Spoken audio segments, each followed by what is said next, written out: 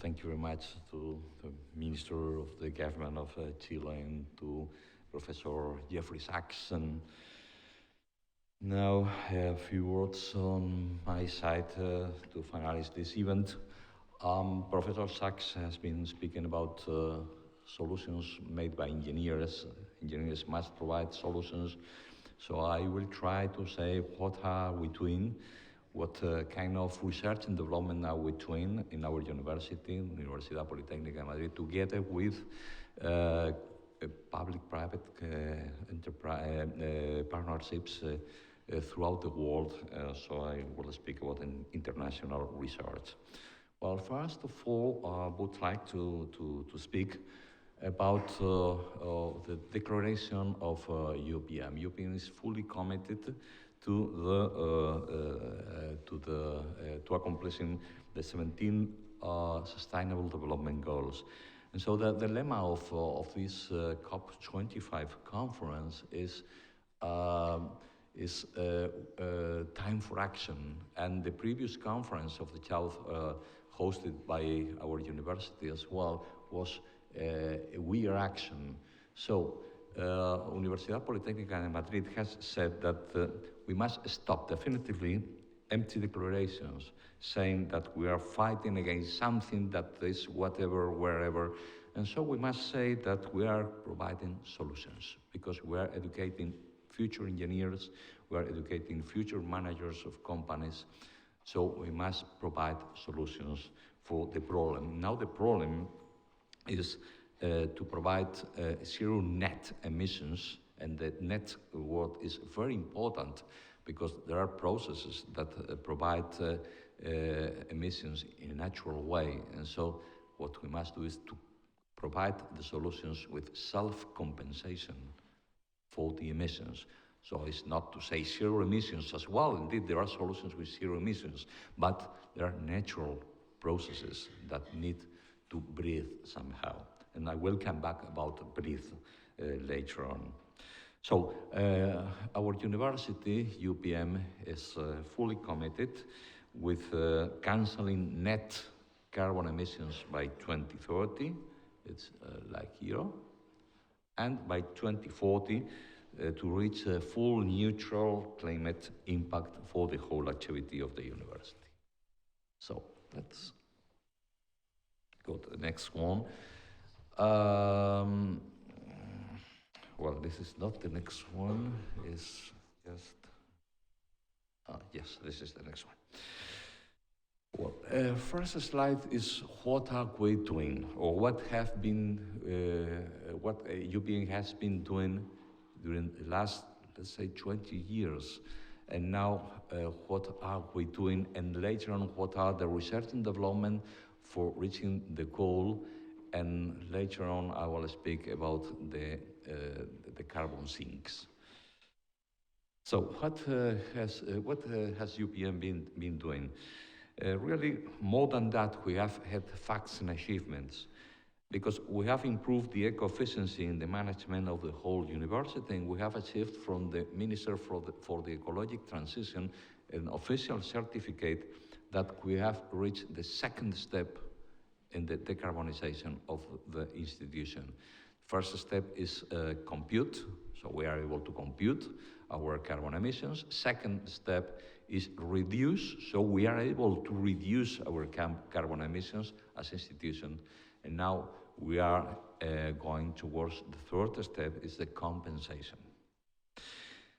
A very important fact on that is that we have included in all our courses, in all our programs for our students, the need that the faculty points out what has to do any intervention, any subject with one or more of the 17 Sustainable Development Goals. On the other hand, we have oriented all our research and development internal program towards accomplishing the Sustainable Development Goals.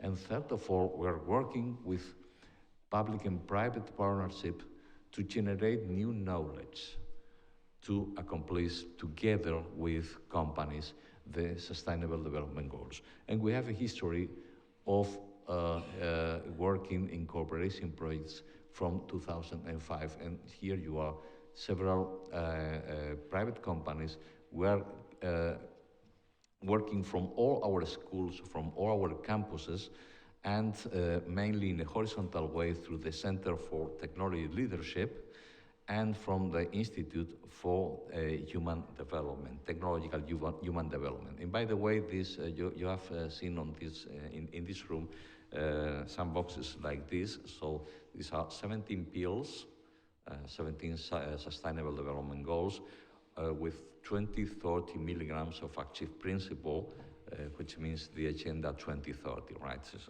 it's somehow a short message to explain that we are fully committed with that.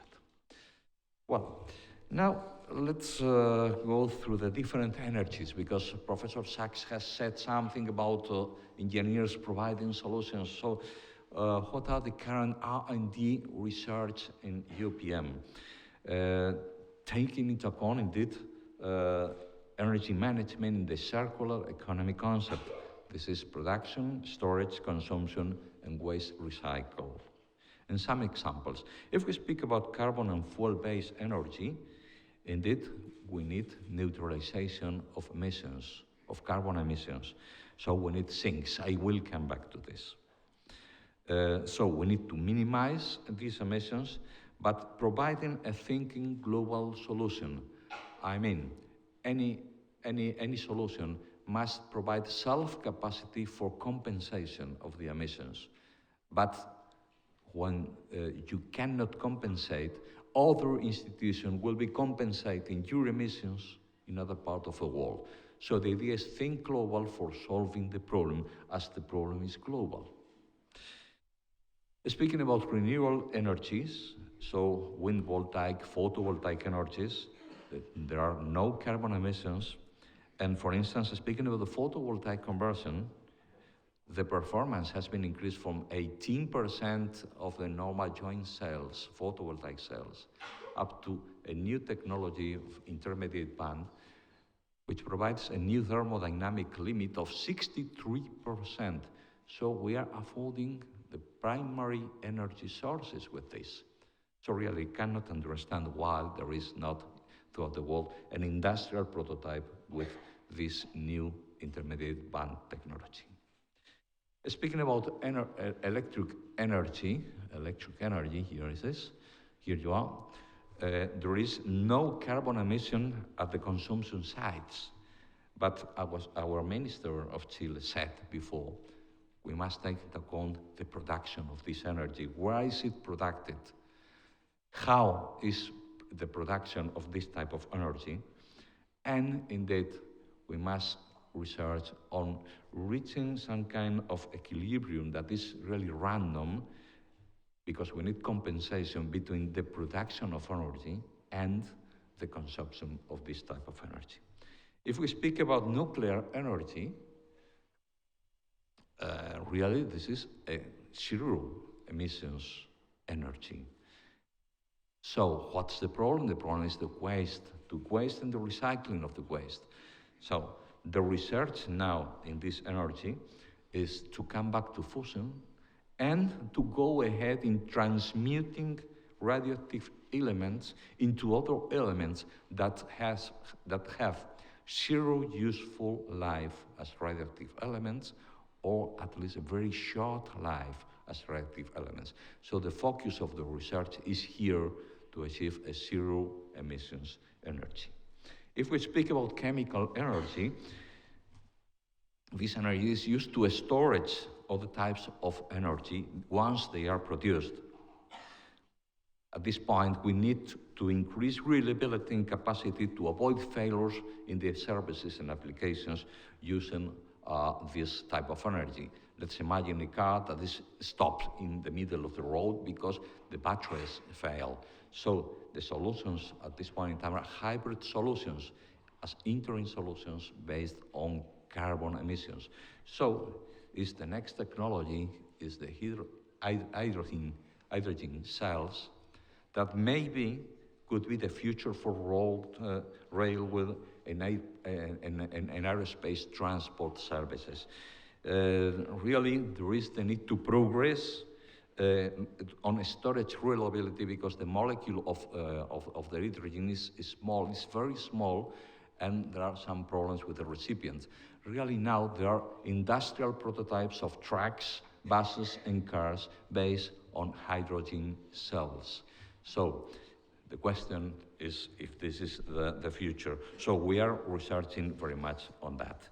And once having spoken about the energies, I would like to speak about the carbon sinks. Really, carbon sinks are from natural carbon sinks to artificial carbon sinks. So, indeed, we need to improve management efficiency to avoid food waste in huge people concentrations. We need to reduce the greenhouse gases and water spent because improving the the agricultural techniques, is to increase the efficiency of water use and consequently its cycle, the water cycle. But we must as well leverage the biomass impact for carbon storage. This is important, is to manage forest, land and soil management, afforestation, reforestation, to increase the soil carbon sequestration in croplands and grasslands, to use the bioenergy for capturing carbon, and the prevention and high efficiency in solving with fast interventions the huge environmental disasters. So really, this is managing the biomass to compensate, to have self-compensation of natural processes that need to breathe, natural processes that need to provide emissions because they need to breathe. And this, to increase efficiency about animal nutrition, is as well another point. And finally, research in development is oriented to achieve the artificial photosynthesis. Artificial photosynthesis at this point in time by means of designing hybrid multifunctional materials. Really, this could break the border of the knowledge. So, after that, really, as I'm saying, the Earth is breathing. The Earth is breathing. The question is that the planet has been designed to compensate its natural and environmental emissions, carbon emissions, with accordingly limited capacity. So new activities, either natural or artificial, need as well to breathe. And these processes are currently breathing and are breathing very much. And we need to compensate the emissions of this breathing. And I'm speaking as well about natural processes. If we want to leverage the production of animals, so this is natural because the animals breathe. And we breathe as well. If we are more inhabitants, we breathe. There are normal processes breathing. The volcans breathe. So we need to compensate it into natural, to recover the natural equilibrium. So what are the research summary that we are doing and we should do? Any project based on energy sources with zero emissions, carbon emissions, must be fully compliant with the concept of circular economy and the concept of the SDGs defined by the United Nations. So this is concerning new energy sources, zero carbon emissions. For instance, I would say to be compliant with the waste and the recycle. This is just an example. Second point, any project must provide interdisciplinary full capacity for self-compensation of whatever in case carbon emissions based on either natural or artificial techniques to correct either natural or artificial emissions, and not respectively. And as well, a global thinking and perhaps yearly compensation cycle, as I'm saying during these words. And finally, engineering projects to reduce the current excess of carbon emissions in the atmosphere, the carbon that is currently existing because of that excess of breathing of the Earth. We must come back to the natural equilibrium. And we must do it either leveraging natural solutions, for instance, the reforestation, or generating artificial solutions, as for instance, artificial chlorophyll function. And this is the report of IPCC 219, where you can see that if we don't cut emissions as soon as possible, and we don't compensate emissions as soon as possible, we need more technological effort in the artificial way to compensate the existing carbon in the atmosphere. So just coming to an end, I would like to finalize saying that the Sustainable Development Goals Declaration of United Nations is so important as it was the human declaration, the Universal Declaration for Human Rights. In fact, the declaration of the Spanish called ODS, in English SDGs, can be seen as an updated to the current circumstances and somehow summarized version of that Universal Declaration of the Human Rights. So UPM is fully committed to the SDGs, involving public-private partnership throughout the world and educating engineers this way for being citizens of the world and managers of corporations. And when I'm saying citizens of the world and managers of corporations, I'm just following the speech of Mr. Ban Ki-moon, the former Secretary of the United Nations, because he said that he was saying there is no planet B as citizen of the world. To finalize these words, I would like to thank to the School of Industrial Engineers of our university for hosting this event today in the morning, to the Spanish government for having trusted on us for organization of very many events during this COP25 and during the previous COI 15th, and to the Chile government for having trusted on Spain for the organization of this event. To the General Secretary of the United Nations and to the Higher Commissioner of the Spanish government for the 2030 Agenda, who are present on, who was present, the General Secretary, in the COI 15 last week on Sunday, and to the Spanish government High Commissioner, because she is accompanying all of us in the most of events. Thanks to SDSN for organizing this particular event in the morning. Professor Sachs, I'm seeing Enma Torres at first row. Thanks for coming. Thanks to the introducers, Professor Carrasco, Professor Valladares. Thanks to the local organizing team of Universidad Politécnica de Madrid, I would say faculty, personnel, volunteers, students, everybody conducted by the Vice Rector for Quality and Efficiency, Professor Garrido, especially to the school, as I said before, to its team, to your team here in the school, to our team in the school, and Institute for Technology for Human Development of UPM, Director Professor Mateix, including as well the European Director for Cooperation, Professor Sierra, and Professor Lumbreras, who has been appointed as member of the Board for Climate Change of the European Commission. So I would say thanks everybody for coming here.